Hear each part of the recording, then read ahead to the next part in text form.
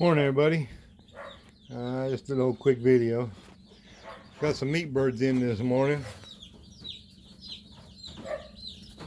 The McMurry.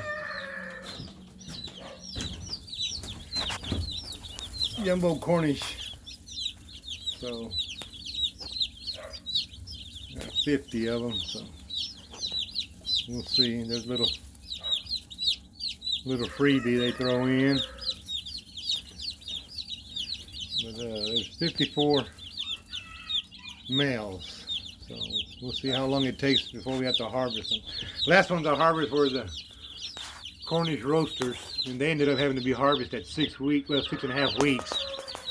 They started having bone problems, but they come out, average 4.5 pounds, so it wasn't too bad.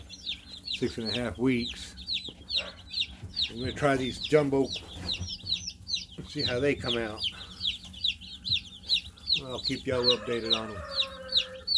Thank you.